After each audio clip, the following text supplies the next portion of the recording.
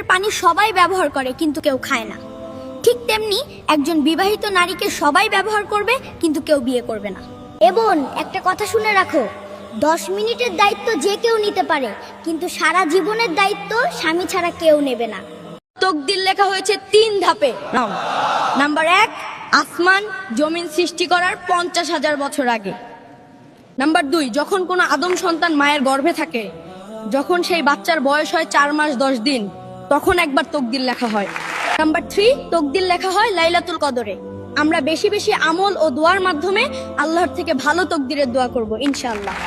জুমার দিনে দুপুর 12টায় এই আমলটি করলে আপনি 1 ঘন্টার মধ্যে ফলাফল দেখতে পাবেন ইনশাআল্লাহ। 10 বার দরুদ শরীফ পড়বেন, 3 বার সূরা ইখলাসের পর 7 বার আর রহমান বলে আল্লাহর কাছে যা চাইবেন আল্লাহ দিবে ইনশাআল্লাহ। কোনো কিছু হারানো মানেই শেষ নয়, প্রতিটি হারানো বস্তুই ফিরে আসে ভিন্ন ছায়ায়, নতুন অর্থে। তোমার কথা হোক অর্থবহ, চিৎকারে নয়। ফুল তো বৃষ্টিতে ফোটে, বজ্রের গর্জনে নয়। শুধু অন্যের জীবনের গল্পে মুগ্ধ হয়ে থেকো না, বরং নিজেই রচনা করো নিজের মহাকাব্য। ভূমিকম্প থেকে বাঁচতে এই দোয়াটি পড়ুন।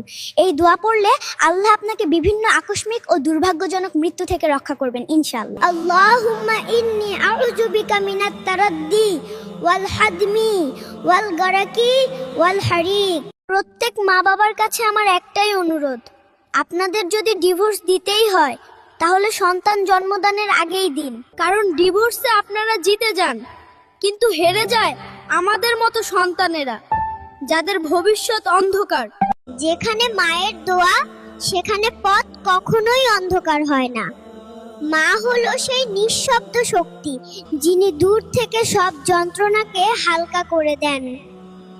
মা একটি ছোট শব্দ, কিন্তু এতে লুকানো থাকে পুরো পৃথিবীর ভালোবাসা, আশ্রয় আর শান্তি।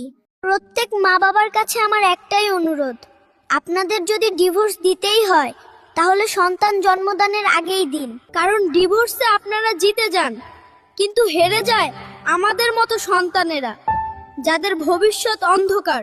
নবী করিম সাল্লাল্লাহু আলাইহি ওয়াসাল্লাম বলেছেন, দুধ দোহনের পর যেমন দুধকে আবার ওলানে ফিরিয়ে দেওয়া যায় না, তেমনি আল্লাহ ভয়ে যে কাঁদে সে কখনো জাহান্নামে প্রবেশ করবে না।